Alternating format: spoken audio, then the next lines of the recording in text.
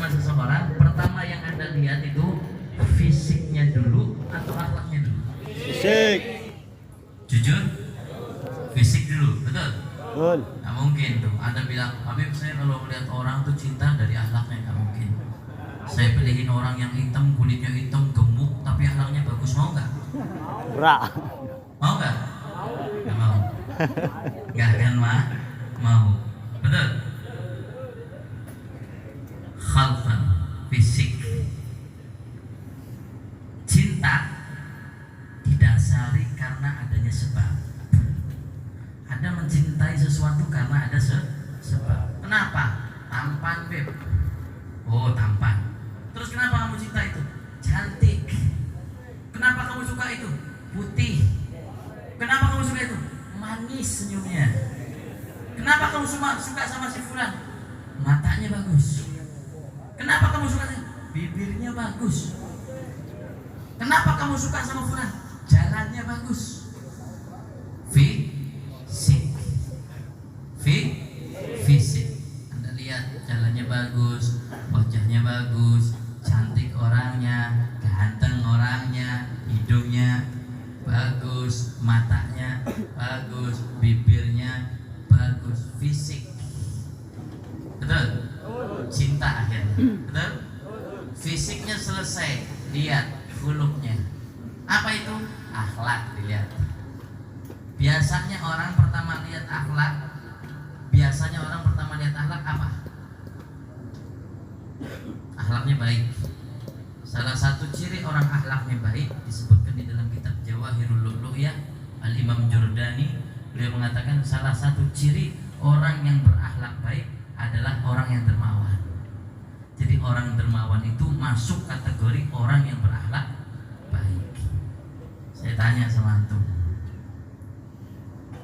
kita nilai seseorang itu biasanya dikatakan baik dari mana? Dari loman atau karena pelit? Karena loman. Anda senang sama orang itu biasanya karena orang itu dermawan. Bahkan maaf nih, kita belum kenal saja sama orangnya, asal orangnya ngasih duit sama kita ngomong, wong punya apik tenan. Betul? Orang itu tenan. Betul nggak? Nggak kenal. Antum nggak kenal orangnya. Sering nggak dapat duit sama orang nggak kenal? Sering. Nanti 2024 antum bakal dapat duit sama orang yang nggak kenal dan antum puji-puji. Tenang. Betul. Artinya segi kita melihat orang yang pertama masalah uang. Orang itu dermawan berarti baik. Orang itu pelit, walaupun bagaimana ibadahnya, walaupun akhlaknya bagaimana, tapi kalau pelit hilang semua. Betul? Tapi kalau orang dermawan, maaf, kalau ketemu sombong, disapa nggak nyapa, kalau ada orang tua nggak hormat, tapi duitnya jalan, tiap minggu jenengan dicatu 200.000. Sekalipun itu orang akhlaknya buruk, tapi setiap minggu Anda dapat duit, Anda katakan orang itu baik atau tidak? Baik nggak? Baik. Betul? Oke. Berarti kita melihat orang yang pertama dari fisik, yang kedua dari mana? Duit. Loman atau bakhil, loman atau pelit. Betul? Itu sebab adanya cinta. Nah, kita suka sama fulan, kenapa? Iya, orangnya dermawan, luar biasa, apik. Kenapa Anda berteman sama fulan? Iya, orangnya masya Allah baik. Dari mana tuh tahu? Saya setiap mulut dikirimi 1 kambing. Jadi baik. Saya setiap mulut alhamdulillah didonatur 100.000. Baik nggak? Baik. Saya setiap mulut didoakan, baik nggak? Nggak dikasih duit didoain, baik atau enggak? Tahu ya? Kembali. Cinta sebab. Oke. Anda lihat fisik, Anda lihat akhlak. Kalau sama manusia biasa saja kita bisa timbul cinta karena ada salah satu sebab. Mungkin ganteng, hidungnya bagus, matanya bagus. Apalagi kalau sebab itu terkumpul dalam seseorang. Siapa itu? Baginda Nabi Muhammad SAW. Wa kana Rasulullah SAW ahsanan nas khalqan wa khuluqan. Sebaik-baiknya fisik Nabi Muhammad, sebaik-baiknya akhlak baginda Nabi Muhammad SAW. Kumpul semua kebaikan ada di dalam baginda Nabi Muhammad. Wajahnya Rasulullah dari pertama Allah ciptakan makhluk sampai nanti akhir, gak ada satupun orang yang menyerupai baginda Nabi Muhammad. Tidak di tangannya, tidak di telinganya, tidak di hidungnya, tidak di mulutnya, tidak di rambutnya. Semua fisik Nabi Muhammad satu-satunya Allah ciptakan, gak ada duanya. Sallallahu alaihi Muhammad. Sallallahu alaihi Muhammad. Kenapa? Agar keindahan mutlak miliknya Nabi. Ketika kita dihadirkan dengan Nabi Muhammad, melihat Rasul Sallallahu Alaihi Wasallam, akhlaknya terkumpul baik semuanya, fisiknya terkumpul semua fisik yang baik, mustahil kita nggak cinta sama Nabi Muhammad. Mau salah satu sebab saja kita bisa cinta. Orang ini hidungnya bagus, mancung, senang. Ono wong sing seneng cumure pesek irit. Wong nek cumure pesek irit, cumure mancung irit ambekane boros ambekan. Paham ya? Baginda Nabi Muhammad SAW sempurna. Diciptakan oleh Allah Subhanahu wa taala sempurna. Wajahnya tampan, ketampanannya melebihi Nabi Yusuf alaihissalam. Tapi yang hebatnya ketika Nabi Yusuf tampannya menimbulkan fitnah, ketika Nabi Muhammad ketampanannya enggak menimbulkan fitnah.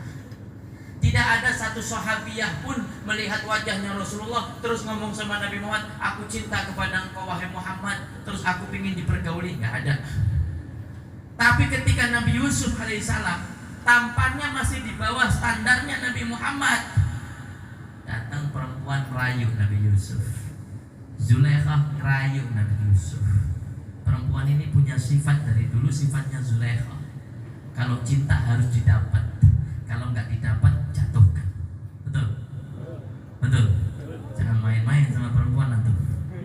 Perempuan kalau sudah senang harus kena. Kalau nggak kena, Anda nggak boleh miliknya orang lain. Betul? Betul? Ini yang ngomong bukan saya ini. Kita lihat ceritanya Nabi Yusuf alaihissalam. Zulaikha cinta sama Nabi Yusuf. Nabi Yusufnya nggak mau, betul? Nabi Yusuf nggak mau, akhirnya diapain? Di penjara. Biar apa? Biar nggak ada wanita yang dapetin Nabi. Itu sifat wanita. Sifat wanita kalau sudah cinta satu, nggak boleh dimiliki oleh yang lain. Paham? Rasul SAW tampaknya di atas rata-rata. Nabi Yusuf gak ada apa-apanya, tapi Nabi Yusuf ketampanannya menimbulkan fitnah. Rasul SAW tidak menimbulkan fitnah. Kenapa? Karena keagungan wibawanya baginda Nabi Muhammad SAW.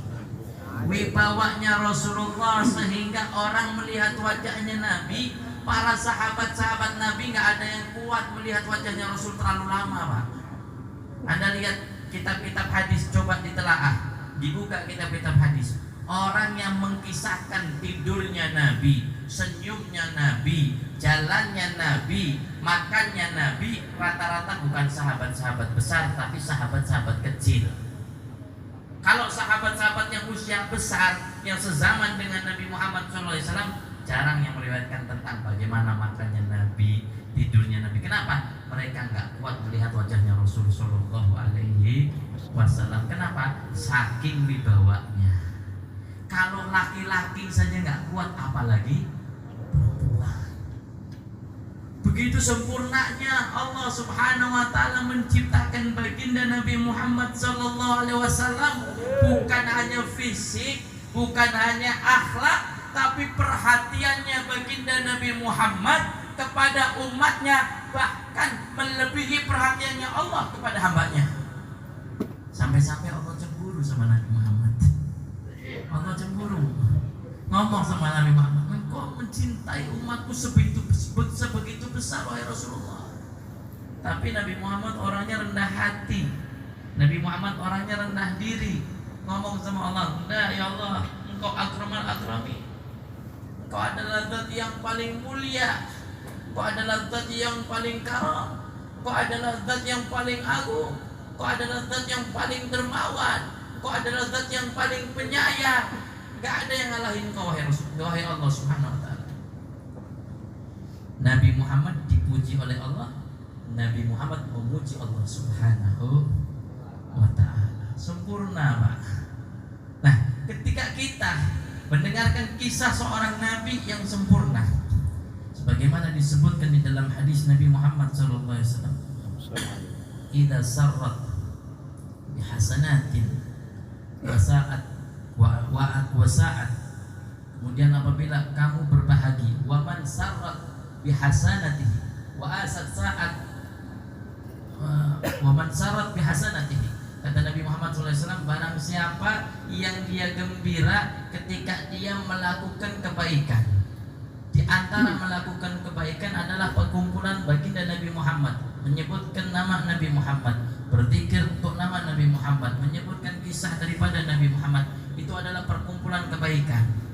Kata ulama, kalau Anda berkumpul dalam acara Maulid Nabi Muhammad SAW, kemudian di dalam hati Anda muncul kebahagiaan. Anda lihat, tanggal 1 Rabiul Awal kemarin hampir rata-rata setiap orang yang punya WA statusnya marhaban, ahlan wa sahlan bi qudumi syahri Rabiul Awal. Selamat datang bulan mulia, bulan kelahiran Rasulullah. Hampir rata-rata status kita tanggal 1 bulan Maulid rata-rata semuanya sama. Betul atau betul? Betul atau betul? Artinya apa? Ada kebahagiaan dalam diri kita. Orang yang di dalam dirinya ada kebahagiaan, kata Nabi Muhammad SAW, atas suatu kebaikan, dan dia bersedih ketika melakukan kemaksiatan. Bahagia dengan kebaikan, bersedih dengan melakukan kemaksiatan. Kata Nabi SAW, "Fahuwa mu'min." Ditafsirkan oleh ulama, kalimat "fahuwa mu'min" adalah orang yang imannya sempurna. Kita bahagia ketika melakukan ketaatan, dan kita bersedih ketika melakukan dosa. Sekarang kebalik. Di zaman sekarang banyak orang bahagia bukan karena ketaatan. Bahagia pasang nomor terus dapat. Ada atau ada? Bahagia pasang nomor terus dapat. Ada atau ada? Ada orang pasang nomor terus dapat sedih. Ada? Pasang nomor 20.000 dapatnya berapa? Hah? Kalau pasangnya 10.000 dapatnya berapa? Enggak tahu. Enggak tahu. Alhamdulillah. Pasangnya 2.000, misal dapatnya 2 juta. Seneng nggak? Orang kalau pasang dapatnya 2 juta, pasangnya 2.000, seneng nggak? Bahagia nggak? Bahagia dalam kemaksiatan bukan ciri orang mukmin. Bahagia dalam kebaikan itu ciri orang mukmin.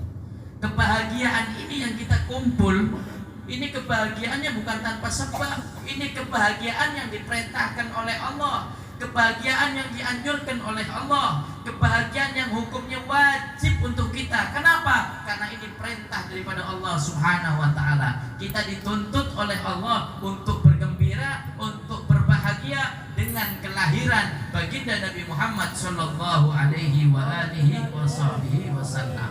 Memang di dalam Al-Qur'an enggak disebutkan kelahirannya Nabi. Berbahagialah dengan kelahiran Nabi, enggak. Tapi kalimatnya berbahagialah kalau engkau mendapatkan anugerah dan rahmat. Kalimatnya itu. Lah kalau Nabi Muhammad ini kan paling mulianya rahmatnya Nabi Muhammad. Rahmat yang Allah turunkan yang paling agung, yang paling mulia adalah Nabi Muhammad sallallahu alaihi wasallam. Jadi mudah-mudahan kita mendapatkan berkah dari Rasulullah sallallahu alaihi wasallam. Yang kedua, kita kumpul di sini dengan acara haul, memperingati haul daripada seorang ulama, seorang kiai, seorang tokoh, orang yang menjalankan ilmu syariat baginda Nabi Muhammad sallallahu alaihi wasallam. saya nggak begitu kenal dengan beliau, tapi saya dengar cerita daripada orang-orang yang dekat dengan beliau. Di antaranya adalah beliau orang yang mengamalkan ilmunya, kemudian tawadhu, dan ditambah lagi cinta sama ahlul bait Nabi SAW. Ilmunya dapat, tawadhunya dapat, cinta sama ahlul bait dapat. Kadang ada ilmunya besar, besar, tapi hilang rasa tawadhunya. Ini ilmunya dapat, tawadhunya dapat, cinta sama ahlul bait dapat. Sehingga Allah Subhanahu wa taala memuliakan beliau. Namanya dikenang sampai sekarang. Sebagaimana Rasulullah SAW menyebutkan di dalam sebuah hadisnya, inna min khiyari ummati qauman yadhakuna min sa'ati rahmatillah wa yabkuna min khaufi adzabi. Rasulullah SAW berkata bahwasanya ada golongan daripada umatnya Nabi Muhammad, golongan yang paling sempurna. Siapa itu? Mereka yang berbahagia ketika mendapatkan kasih sayang dari Allah Subhanahu wa taala. Jadi yang namanya ulama, Pak, bukan orang yang kaku. Ulama, kiai, habaib, ada saatnya dia lemes, ada saatnya dia bahagia, ada saatnya dia senang-senang sama keluarga, ada saatnya dia romantis, ada saatnya dia tamasya, nggak kaku. Ulama begitu. Umatnya Nabi yang paling baik seperti itu. Ada saatnya ketawa, ada saatnya bahagia, ada saatnya kumpul-kumpul, ada saatnya gambusan, ada saatnya marawisan. Itu kebahagiaan. Itu bentuk rahmatnya Allah Subhanahu wa ta'ala. Nyalain aturan? Enggak, selagi enggak nyalain syariat. Tapi lihat bawahnya, bahagianya sudah dapat. Wa yabkuna min khaufi adzabi. Ini yang jarang didapat. Apa itu? Mempunyai rasa takut dengan azabnya Allah Subhanahu wa ta'ala. Mempunyai rasa takut atas azabnya Allah Subhanahu wa ta'ala. Ini adalah bentuk kesempurnaan iman kepada Allah Subhanahu wa ta'ala. Anda lihat Nabi Muhammad pernah suatu sholat, belakangnya sahabat Rasul sallallahu alaihi wasallam. Nabi sholat, Allahu Akbar. Ketika sholat nggak lama Nabi Muhammad senyum. Tak lama Nabi Muhammad senyum. Lagi sholat senyum, nggak ketawa senyum. Terus tidak lama Nabi Muhammad baka nangis. Sahabat yang di belakang bingung. Rasul kenapa ya? Katanya pertama tadi senyum, yang kedua nangis. Rasul sallallahu alaihi wasallam selesai sholat, sahabat memberanikan tanya, wahai Rasulullah, kenapa engkau tadi nangis? Kenapa engkau tadi senyum? Kata Nabi Muhammad, aku senyum ketika sholat dinampakkan oleh Allah Subhanahu wa ta'ala di hadapanku surga, sehingga aku tersenyum. Yang kedua, setelah aku melihat surga diganti pemandangannya oleh Allah, dinampakkan oleh Allah kepadaku neraka, sehingga aku takut menangis. Lihat, Nabi Muhammad insan yang mulia, yang maksum, nggak punya dosa, tapi punya rasa takut yang luar biasa. Ketakutan daripada para nabi, ketakutan daripada aulia, itu bentuk kesempurnaan iman, bukan karena dosanya, tapi bentuk kesempurnaan iman. Balik ke hadis tadi, inna min khiyari ummati qauman yadhakuna min sa'ati rahmatillah wa yabkuna min khaufi adzabi. Imam Al-Habib Abdullah bin Alwi Al-Haddad, baka'ul lailatihi sajjadu khalwatihi min khaufi malikihi yasta'tibut ta'abah. Kata Al-Haddad apa? Ulama, para aulia, orang-orang pilihan Allah itu menjadikan malamnya tempat khalwatnya dia kepada Allah Subhanahu wa ta'ala. Baka'ul lailatihi, dia nangis ketika tengah malam mendoakan umatnya, mendoakan jamaahnya, mendoakan santrinya. Lihat Pak, didoakan. Itu ciri-ciri ulama, ciri-ciri warasatul anbiya, ciri-ciri para kiai, ciri-ciri para habaib, ciri-ciri orang-orang soleh pilihan Allah Subhanahu wa ta'ala. Mereka tengah malam nangis Nangisin apa? Nangisin umatnya, nangisin santrinya, minta doa kepada Allah untuk keselamatan umatnya, untuk keselamatan santrinya. Ini ciri-ciri ulama warasatul anbiya. Beda sama santri. Kalau santri itu ibarat makmum. Saya mau tanya sama antum, mas-mas ini yang belajar. Ada imam, ada makmum. Ada imam, ada makmum. Di dalam kitab fikih yang boleh niat mufaraqah imam atau makmum? Ada imam, ada makmum. Yang boleh niat misah makmum atau imam? Makmum. Jadi rata-rata nggak ada yang namanya guru ninggalkan murid, nggak ada. Yang ada apa? Murid ninggalin guru. Kenapa? Karena murid ini ibarat makmum. Gurunya ditinggal. Orang sekarang banyak orang yang suka pingin coba-coba. Ikut Kiai Nur Rahim. Sudah habis itu ganti lagi. Ikut fulan ganti lagi. Ikut fulan ganti. Orang sekarang coba-coba, makanya gak ada yang jadi. Gak ada yang jadi. Tapi kalau yang betul-betul jalan di jalannya gurunya, jalan di jalannya para ulama, jalan di jalan kiainya, jalan di jalan ustadznya, gak melenceng sedikit pun, berada di jalan relnya, ngikutin apa yang diajarkan oleh gurunya, bahagia Pak, hasil nantinya. Beliau seperti itu. Belajarnya luar biasa, ilmunya luar biasa, tawaduknya luar biasa, cinta sama ahlul bait luar biasa. Dah, inna min khiyari ummati qauman yadhakuna min sa'ati rahmatillah wa yabkuna min khaufi adabih. Ajsaduhum fil ardi wa qulubuhum fis sama, kata Nabi. Para ulama, para aulia, jasadnya ada di bumi tapi hatinya bersama Allah Subhanahu wa taala. Beda sama kita. Anda jasadnya di hadapan saya tapi hatinya sama champion, hatinya sama Liga Champion, hatinya sama film, hatinya sama makan, hatinya sudah di luar sana. Duduknya di hadapan saya, hatinya nggak ada di sini. Tapi kalau para wali, auliyanya Allah, ajsaduhum fil ardi wa qulubuhum fis sama. Jasadnya di bumi tapi hatinya bersama Allah Subhanahu wa taala. Hebat atau hebat? Hebat atau hebat? Makanya banyak para wali-walinya Allah kelihatannya di hadapan kita begitu, tapi hatinya sama Allah. Ajsaduhum fil ardi wa qulubuhum fis sama. Arwahuhum fid dunya wa uquluhum fil akhirah. Rohnya ada di sini, tapi akalnya ada dengan Allah Subhanahu wa taala. Akalnya sehat.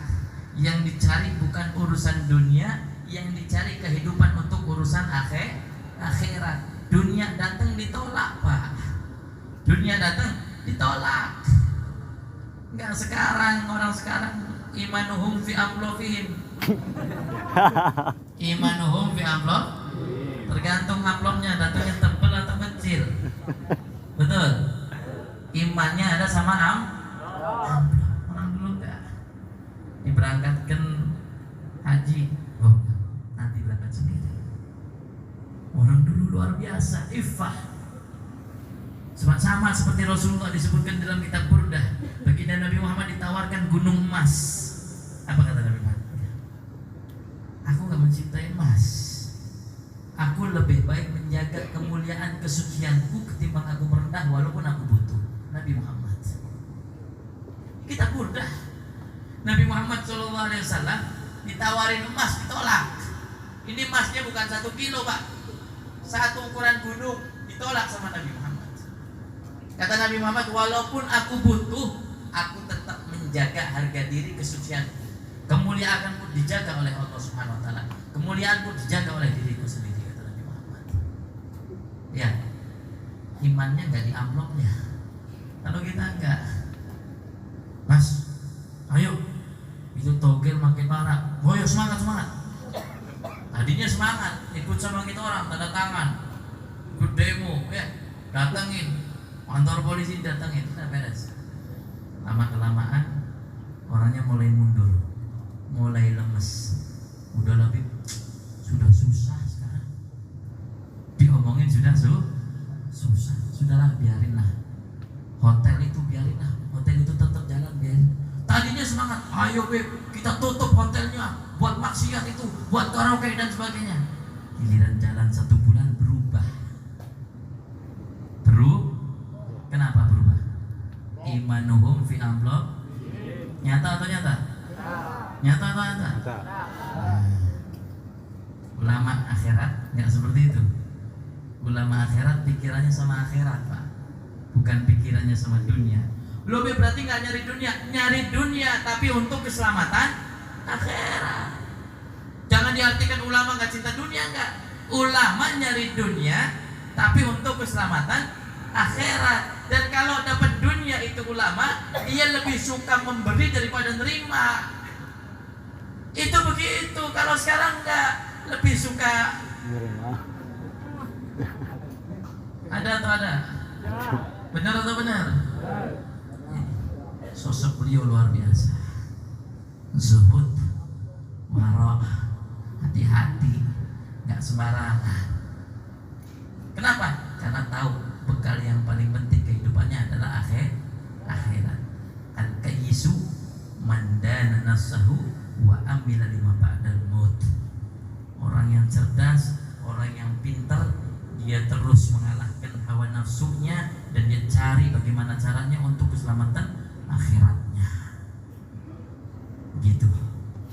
Jadi kita lihat sosok beliau sebagaimana hadis baginda Nabi Muhammad sallallahu alaihi wasallam. Kata Nabi Muhammad apa? Sebutkan nama kebaikan-kebaikannya. Orangnya baik, disebutkan kebaikannya. Bukan orang buruk disebutkan kebaikannya, bukan. Emang orangnya baik disebutkan kebaikannya. Memperingati hal, mengingat perjalanannya, mengingat bagaimana mujahadahnya. Jangan seperti orang sekarang ngelihat kiai sudah jadi, enak yo, jadi kiai fulan, enak yo, jadi habib fulan, enak yo. Kata Syekh Abu Bakar bin Salim, man la ya'riful bidayah lam yasil ila nihayah.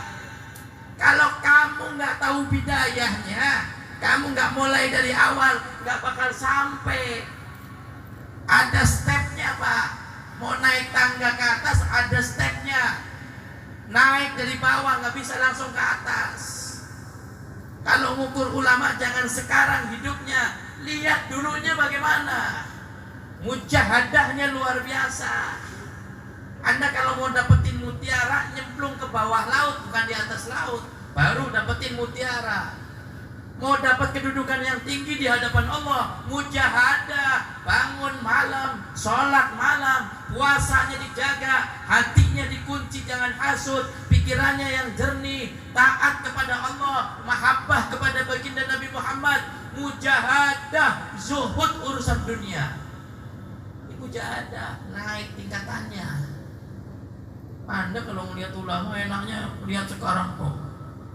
Tulana Norjen, aku melu ulama kayu sampai kan, melu ulama kayu mujahadah wis luar biasa, sampai orang sampai lu melu. Gila betul.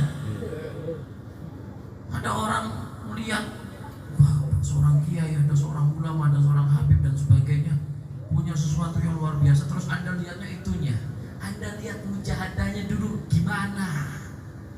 Mungkin dia dulu nggak makan, mungkin dia puasa berapa tahun, mungkin dia ibadah, mungkin dia nggak makan sesuatu yang bernyawa, mungkin dia ninggalkan sesuatu yang subhah, apalagi yang haram. Itu mujahadahnya.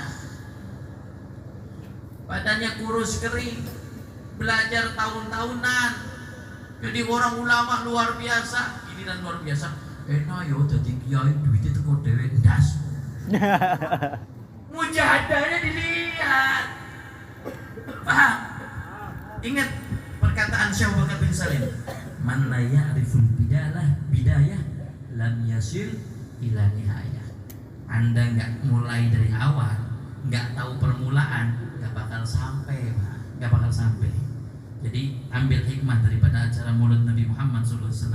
ambil hikmah daripada acara khal tersebut. Seorang Kiai Nur Rahim, mudah-mudahan Allah Subhanahu wa taala mendapatkan berikan keberkahan kepada kita, memberikan sir apa yang diberikan oleh beliau. Mudah-mudahan kita dikumpulkan oleh Allah Subhanahu wa taala dalam keadaan sehat walafiat, diberikan panjang umur. Mudah-mudahan berkumpul dengan baginda Nabi Muhammad sallallahu alaihi wasallam, dilihat oleh Rasulullah sallallahu alaihi wasallam dan melihat wajah Rasul sallallahu alaihi wasallam. Mudah-mudahan kita dikumpulkan di dunia dalam keadaan baik, kumpulkan juga di akhirat dalam keadaan baik. Bahagiakan dunia kita, bahagiakan akhirat kita. Mudah-mudahan keluarga kita menjadi keluarga yang sakinah, mawaddah, warahmah, dijauhkan dari segala musibah dan bala. Mudah-mudahan kita diberkahi ilmu kita, diberkahi adab kita, diberkahi langkah kita, diberkahi rizki kita, diberkahi keturunan kita. Mudah-mudahan hati kita selalu dipenuhi mahabbah kepada baginda Nabi Muhammad, mahabbah kepada ahlul bait Nabi Muhammad sallallahu alaihi wasallam. Insyaallah ma fil aba fil abna. Mudah-mudahan apa yang ada di dalam ayahnya ada dalam anaknya. Mudah-mudahan anaknya menciru daripada teladan ayahnya. Mudah-mudahan Allah Subhanahu wa taala memberikan pandangan inayah, pandangan rahmat, pandangan mahabbah. Allah keluarkan kita dari majlis ini dengan ampunan dosanya. Mudah-mudahan Allah Subhanahu wa taala mengabulkan hajat-hajat kita. Yang sakit Allah sembuhkan, yang sulit Allah mudahkan. Mudah-mudahan perkumpulan ini perkumpulan yang diridhoi oleh Allah Subhanahu wa taala, ketemu dalam keadaan baik, berkumpul dalam keadaan baik dan ditutup dalam keadaan baik. Amin ya rabbal alamin. Rabbi fanfa'na bi barakatihim wahdinal husna bi hurmatihim wa amitna fi tariqatihim wa mu'afati minal fitani wa ya rabbi tsabbitna 'alal haqqi wal huda wa ya rabbi aqbitna 'ala khairi millati wa sallallahu ala sayyidina Muhammad wa ala alihi wa sahbihi wasallam. Wal afu minkum wassalamu alaikum warahmatullahi wabarakatuh.